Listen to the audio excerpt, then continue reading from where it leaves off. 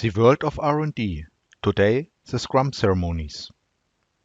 In literature, the Scrum process will be described as follows. Normally, you start with the stories, defining the product backlog. From the product backlog, then you take the most important ones, you break them down and so on. You define the sprint backlog, and then you implement in sprints or iterations the content of the sprint backlog. So normally up to 4 weeks. Doing this, you have daily stand-ups, and at the end, you get the incremental product step. Let's start with the first ceremony. This is a backlog setup. Here, you define which stories are in the product backlog. You make a ranking from customer perspective, and of course, also considering dependencies and risk. You make a rough estimation. T-shirt size here are sufficient. Who is needed for this backlog setup? Yeah, it's normally the task of the chief or the product owner. And of course, he will be supported by the technical lead, the architect, or the project manager in larger projects. Why are they needed? Yes, they have different views from customer, from technical, and from execution perspective on the backlog. When are you doing this? Yes, before the first sprint, and then continuously during the project, you will update and maintain the product backlog. The next session is a grooming session. In the grooming session, you prepare the next sprint. So here it's a goal to be ready for the next sprint. What are you doing there? First of all, important is that the team understands the stories. So the product owner has to explain it. Then you do slicing and break, which is a kind of breakdown for larger stories. And of course, you define the detailed planning attributes or information. So for example, which tasks are needed, what are the acceptance criteria, what are the estimations, and so on. Who is needed for this? Yes, the development team, of course, and the product owner who must explain the stories. And all this one will be facilitated by the Scrum Master. And when are you doing this? Yes, before the sprint. So normally during the previous one, e.g. we meet once a week for 1 and 2 hours, and then you continuously update the stories.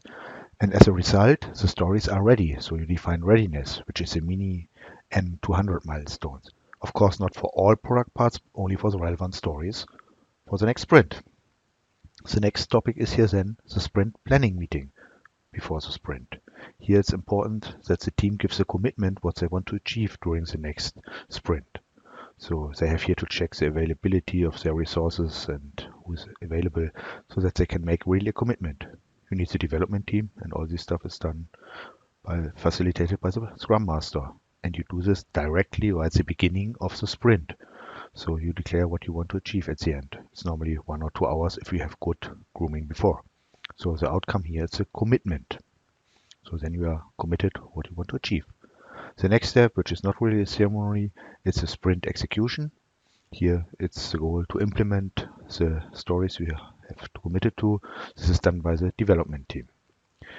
During the sprint execution, you have daily stand-up meetings. In these daily stand-up meetings, you look at the status, you make controlling, and also you do communication within the team. So here all team members meet together and they answer 3 short questions. What have they achieved? What are the next steps they are planning? And if there are any blockers or impediments known. Here you need the development team, of course, and the Scrum Master, who has especially take care about blockers and impediments. And you do this, as the name said, daily, normally 15 minutes. If the team is a little bit larger, then a little bit longer, but not too much. At the end of the sprint, you do the sprint review, where you show your results. So this is a demonstration to the product owner who look at these results and gives the acceptance. Whom do you need for this? Yes, of course, the development team and the product owner who look at this, and of course the Scrum Master who facilitates this. It's normally 1 or 2 hours at the end of the sprint, but of course you can do this partly earlier if you have stories already done. So here you declare doneness, which are mini M270, M280, so you are done with the product. And then there is a final meeting. This is a sprint retrospective. So here it's important to improve. So first of all, you start with the analysis of the process, the execution, and the results, and then you define and plan your improvements. Maybe one idea is here to use the A3 sheet method. Whom do you need? Yes, the development team, the Scrum Master, and if the product owner is affected, also the product owner. And normally you do this after each sprint, so 1 and 2 hour meeting. These are all the Scrum meetings. Learning Campus Germany. Please do not publish and use this video outside of Siemens. Thank you.